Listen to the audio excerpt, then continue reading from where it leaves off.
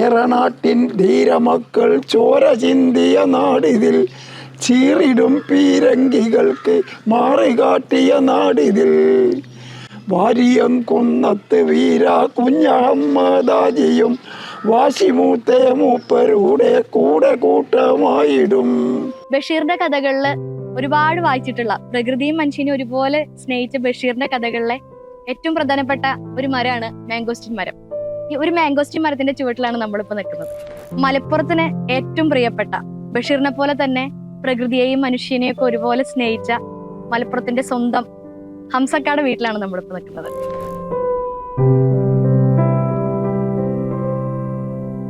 മലപ്പുറത്തിനെ കുറിച്ച് നമുക്ക് ഒരുപാട് കാര്യങ്ങൾ അറിയാലേ. പക്ഷെ നമ്മളൊന്നും അറിയാത്ത കാര്യങ്ങൾ, രാഷ്ട്രീയ ചരിത്രങ്ങൾ, ഇതൊക്കെ നമുക്ക് ഹംസക്കയുടെ അടുത്തുനിന്ന് നേരിട്ട് തന്നെ ചോദിച്ചറിയാം.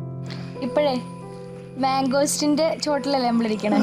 ബഷീറുമായിട്ട് ഏറ്റവും അടുത്ത് നിൽക്കുന്ന ഒരു മര മാംഗോസ്റ്റിൻ. ഹംസക്കാനായിട്ട് ഏറ്റവും അടുത്ത് നിൽക്കുന്ന ഒരു മരാണോ മാംഗോസ്റ്റിൻ? അത് ഞാനും ബഷീറും തമ്മിലുള്ള ബന്ധമാണത്. അതെ, ബഷീറിന്റെ ആസ്ഥാനം വൈക്കത്തായിരുന്നു ജനിച്ചതെങ്കിലും ബേപ്പൂരായിരുന്നു. ആ ബേപ്പൂരിന്റെ 15 കൊല്ലത്തെ MLA ആണ് ഞാൻ. ആ കാലത്ത് ഞങ്ങൾ വളരെ അടുപ്പത്തിലായിരുന്നു. ഈ മാംഗോസ്റ്റിന്റെ ചോട്ടിൽ ഒരു ചെറിയ കസാലയിലിരുന്ന് ഷർട്ടും മുണ്ടും ഒന്നുമില്ല, ഒരു തുണി മാത്രം ഇരുന്നിട്ട് എഴുതുകയാണ്. അപ്പോൾ ഞാനും അതിൻ്റെ അടുത്ത് പോയിരിക്കും.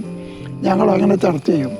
ആ ഒരു ബന്ധത്തിൽ നിന്നുണ്ടായ പ്രചോദനമാണ് നമ്മളെ വീട്ടിലും മാംഗോസ്റ്റിൻ വെക്കണം തീരുമാനിച്ചത്.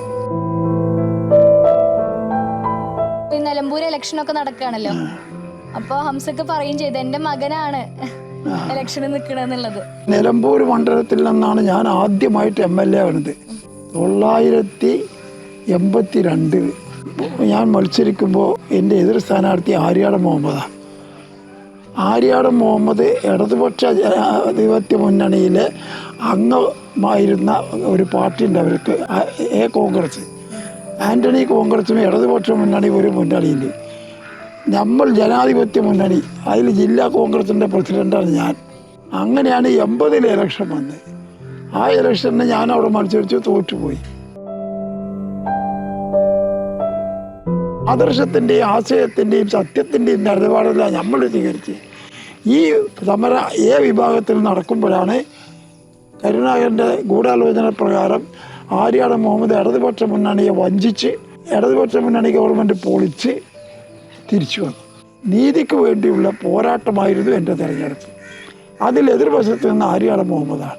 അന്ന് ആര്യാടനാണ് സ്ഥാനാർത്ഥിയെങ്കിൽ ഇന്ന് ആര്യാടൻ്റെ മകനാണ്. ഇന്നിപ്പോഴത്തെ എനിക്ക് നിൽക്കാൻ വയ്യാത്തോട് ഞാൻ എൻ്റെ മോനെ നിർത്തി. അതാണ് M. സ്വരാജ്.